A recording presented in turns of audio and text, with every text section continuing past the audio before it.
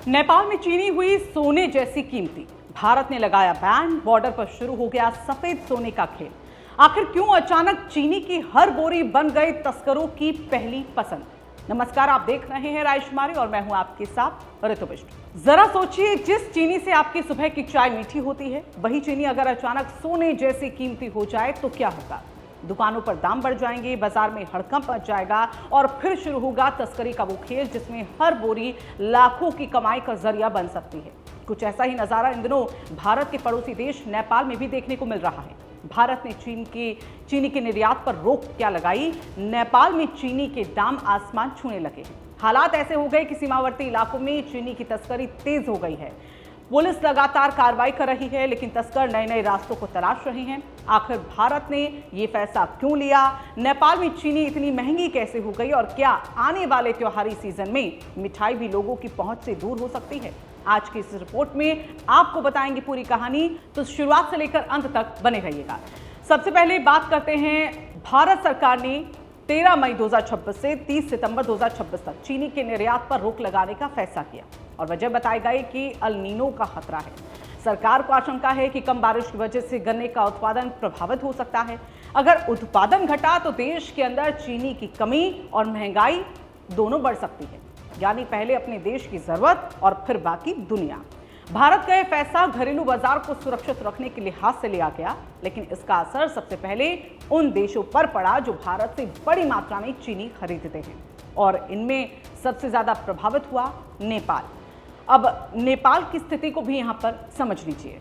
नेपाल में हर महीने करीब 20 से 25 हजार टन चीनी की जरूरत होती है, लेकिन दशहरा, तिहार और छठ जैसे बड़े त्योहारों के दौरान यही मांग बढ़कर लगभग 30 हजार टन प्रति महीने तक पहुंच जाती है। पूरे साल में नेपाल को करीब 3 लाख टन चीनी यहां पर चाहिए होती है, लेकिन घरेलू उत्पाद की यहां पर अगर हम बात करें तो ये भी देख लीजिए, सिर्फ 1,80,000 से लेकर 2,15,000 टन तक, यानी हर साल हजारों टन चीनी बाहर से मंगानी पड़ती है और इसमें भारत सबसे बड़ा स्रोत रहा है।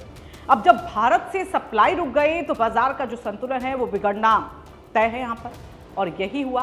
नेपाल के खुदरा बाजार में चीनी की कीमतें तेजी से बढ़ने लगी। जो चीनी कुछ समय पहले करीब 95 नेपाली रुपए प्रति किलो बिक रही थी, वही अब लगभग 110 रुपए प्रति किलो यहाँ तक पहुँच गई है, यानी करीब 20% तक की बढ़ोतरी।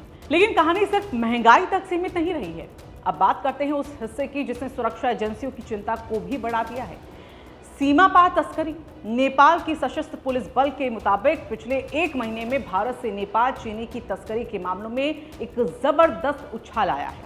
मध्य जून से मध्य जुलाई के बीच करीब 10 टन चीनी जब्त की गई, जबकि इससे पहले वाले महीने में सिर्फ 4 टन चीनी पकड़ी गई थी।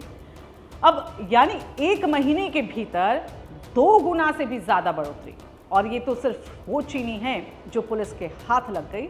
सवाल ये भी है कि आखिर कितनी मात्रा ऐसी होगी जो बिना पकड़े सीमा पार वहां पर पहुंच भी गई होगी। रविवार को भी पूर्वी नेपाल के झापा जिले में पुलिस ने भारत से तस्करी कर लाई जा रही 32 बोरी चीनी को जब्त किया है। जांच एजेंसियों का यहां पर कहना है कि भारत से सटे तराई और मध्य क्षेत्र इन दिनों तस्करों का जो है सबसे बड़ा कॉरिडोर बनते जा रहे हैं। यहाँ छोटे छोटे रास्ते हैं, खेतों, नदी किनारों और ग्रामीण इलाकों का इस्तेमाल करके चीनी को नेपाल पहुंचाया जा रहा है।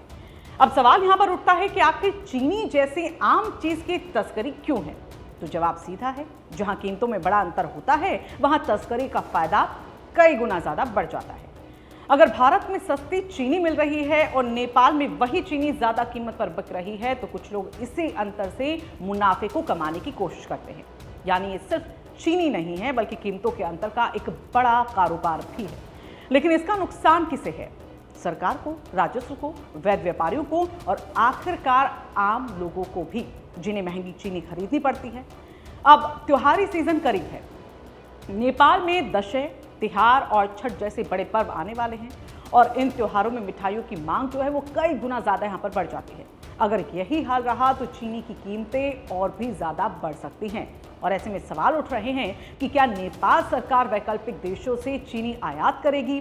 क्या घरेलू उत्पादन बढ़ाने के लिए यहाँ पर कोई ठोस, कोई बड़ा कदम नेपाल के जरिए यहाँ पर उठाया जा सकता है। और सबसे बड़ा सवाल यहाँ पर यही है कि क्या सीमा पर तस्करी को पूरी तरह रोका जा सकता है।